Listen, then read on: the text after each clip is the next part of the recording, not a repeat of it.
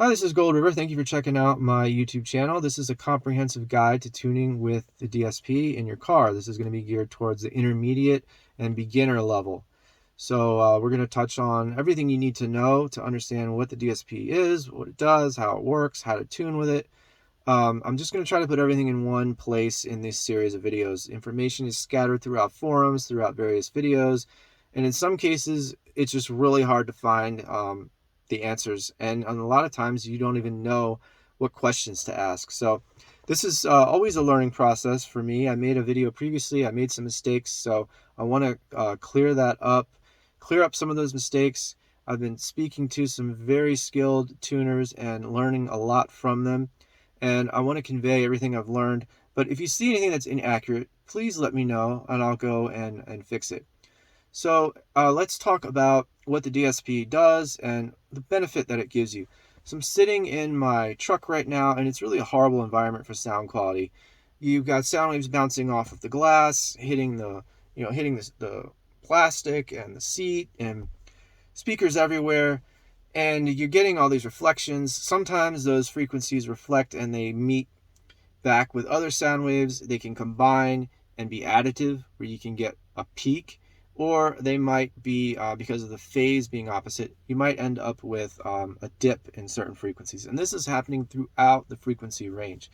So your recording engineer mastered this track, sat down, got everything the way he wanted it to sound, and you get in your truck and you listen to it and you just get a giant mess. Instead of getting a nice, fairly flat frequency response, you end up with this disgusting mess that the car audio environment creates. So that is very challenging to deal with this environment, but we can work with it with the DSP.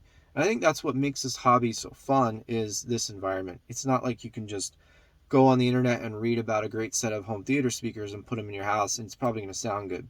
I have AudioFrog GB25s, mid-range. They're very well regarded, and I put them in my truck without a tune. I didn't tune them yet, just wanted to hear them, and they sounded terrible.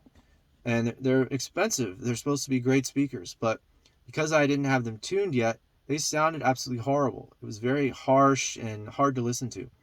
You can do all the sound deadening and sound treatment you want. You can buy the best components. Obviously, I'm really getting to the fact that there's three important factors to make your stereo sound good: the components, the quality install, and the tune. They're all equally important. If you mess up on any of that, you're never going to get good sound. It's always going to sound terrible. So please keep that in mind. And the DSP is just an amazing tool. We just have to learn how to use it. So what does it allow us to do? Well, we can do time alignment so that we can adjust the time at which each speaker gets to our ear. So we can account for the fact that I'm sitting on the left side, the driver's side. I'm closer to the left speaker than the right speaker. So the left speaker sound gets to my ear before the right speaker. We can adjust that with the time alignment so that we don't have any weird issues with the sound stage or phase. Also allows you to individually EQ out those peaks and dips that I talked about, so you can get rid of that. You can level match. You can match the left and the right. And another amazing thing you can do is doing all of your crossovers. So you no longer need those little crossover boxes for each speaker. You can do all that in the DSP. So there's a lot of great benefits there. Now, if you're thinking about what type of DSP should I get, you need to figure out how many channels you're going to run. I'm not going to get into too much detail with this. I recommend a three-way system where you have your door speaker. Most cases, most vehicles have the speaker down the door. That is probably going to be your mid-bass speaker. And then you're going to have your mid-range coming from up here in the pillar along with your tweeter. That brings your soundstage up, so you're not relying on the speaker down in the door to provide your vocals. I mean, your legs down there, it's down in the door, in the kind of the footwell area. It's not a great environment for good quality sound. You can read about debates with whether you want to use rear fill or not. I'm not going to get into that. That's up to you. I've heard that it gives you kind of a sound stage that kind of wraps around your head a little bit. Personally, I don't run it. And you can get into much higher level systems where you're running center channel speakers. I don't recommend that. More is not always better. I've heard that it's very difficult to tune. Even the highly skilled tuners have difficult tuning a center channel system. So I recommend a three-way. Brings the sound stage up higher, gives you more independent control over your mid-range and your mid-bass and your tweeters. And I think it sounds better, and it's the best compromise. Now, I know not every budget will allow for that, but I think the things that you'll learn from this video are going to allow you to tune whether you're running two-way or three-way. So with the DSP 408, it gives us 8 channels. So I can run 3 from my front left, 3 for the front right. My subwoofer is number 7. And if I wanted to, I could run rear fill. But then we're stepping up into some of the limitations with respect to the number of channels. If I wanted to run rear fill, I can only send the same signal to my left and right rear speakers. I don't have that independent control of each speaker. And keep in mind, you need a separate channel of amplification for each one of your speakers.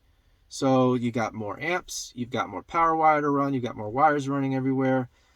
So things can get, exponentially more complicated as you're adding more speakers. So I think the three-way is probably kind of the best compromise in my opinion, but feel free to go and do your own research and figure out how many channels you personally need. Next thing I think that's important to consider is, what is your source? Do you need to have a digital input in your DSP? Because they don't all have it. The DSP 408 does not have digital input. If you need coax or Toast-Link because you're running a FIO, you're going to have to step up to those higher end models that are more expensive. The other benefit of the higher end models is they tend to have more filters that you can apply. Okay, think of the difference between a 5-band equalizer and a 30-band equalizer. You have a lot more options to go in and tweak things when you have 30 bands. It's not as difficult. When we're dealing with the 10 bands that are in the DSP 408, we have to be efficient in how we use the bands, because we're going to probably end up using them all up if we're not careful, and then we're going to have issues, and we're going to have to try to figure out how to deal with them with only 10 bands of EQ. There's some tricks that you can use to do that, and I'm going to show you that when we get to that phase of the video a little bit later on. Now, in terms of those inputs that I talked about, obviously we have digital. You can have high level or low level inputs into the DSP as well if we're just talking analog. And all your DSPs are going to have the ability to get these analog inputs. So you can run a high level, which is just your typical speaker wire running into your DSP from your head unit. And that's a high level signal because it's already got some amplification on it. You just have to be careful if using high level. Keep in mind that your factory head units, a lot of them do some filtering on the signal before it comes out. For instance, in the F-150, the rear speaker is bass limited. It's not getting full range. I do not want to send the signal that's going to the rear speaker into the high level input of my DSP. But I do know that the door speakers in the F-150 are full range. So I pull the dash, go behind the head unit, the wire that comes out of the head unit and runs to that rear speaker, it's going to go on a detour. I cut it, I take the end that comes out of the head unit, I run it back as the input, the high level input in my DSP. The DSP does all the processing. It goes out of RCA cables into my amplifiers. They do the amplification, and then it comes back up, and the other end of the wire that runs to the speaker, now that is going to be spliced in with the output from the amp. And that's generally how you hook up your DSP. So you only need to get the left and the right full range signals to the DSP. So we can do that just by, in my truck, cutting the left and right door speakers. And then I also can go behind the head unit and cut each wire where it runs, through the factory wiring to, for instance, my tweeter in the pillar or the rear speakers. I can just go ahead and cut those wires and then take the outputs from my amplifiers and splice them into the factory wiring, and I don't have to run new wire or anything like that, unless you're dealing with some crazy high-powered system where you need higher gauge wire, which is very rare. You're going to be fine with the factory speaker wire. You can also use a low-level input, which is just your typical RCA out. If your head unit, maybe it's an aftermarket, has RCA outs, you can use that as well. And one other thing I want to touch on is noise. It's important that you try to keep your system as noise free as possible. That means running the power wires down one side, the source wires down the other, and I also like to ground at one point, and I ground at the battery. I don't use frame grounds. I don't have any issues with noise with the DSP, but noise can be a factor, and you have to keep that in mind. So let's jump in the back of my vehicle. I'll show you quickly how my system looks and get an idea of how everything is hooked up.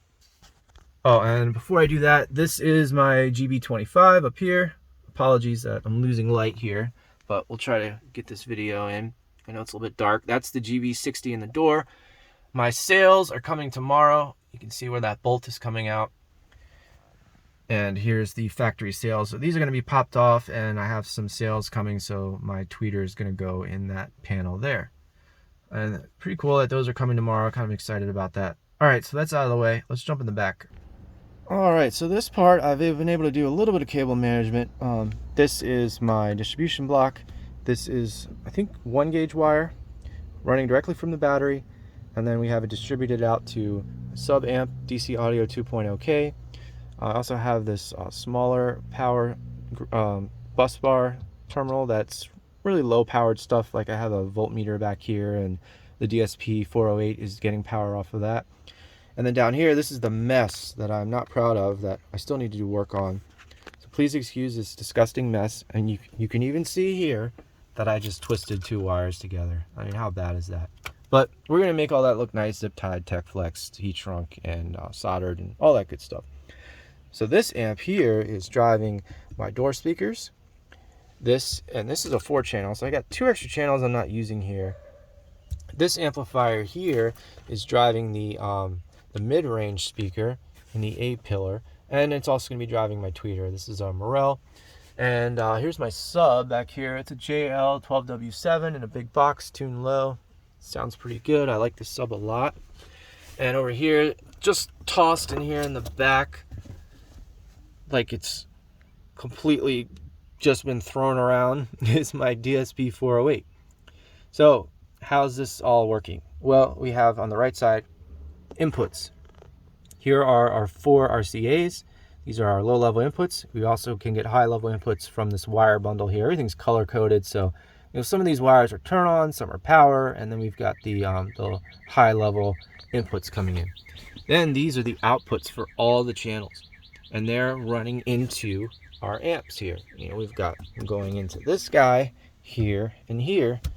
So signal comes in, gets processed, comes out of these wires, runs into the amps, and then it goes to the speakers. And that is how your DSP is connected.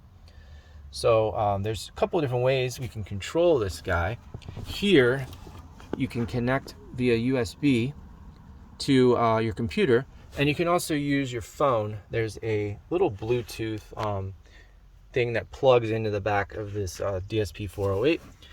I recommend using the computer, and of course, to do tuning, you're going to need a laptop. If you don't have one, don't need an expensive, fancy laptop. You can go buy a cheap used one off eBay. It'll probably work fine.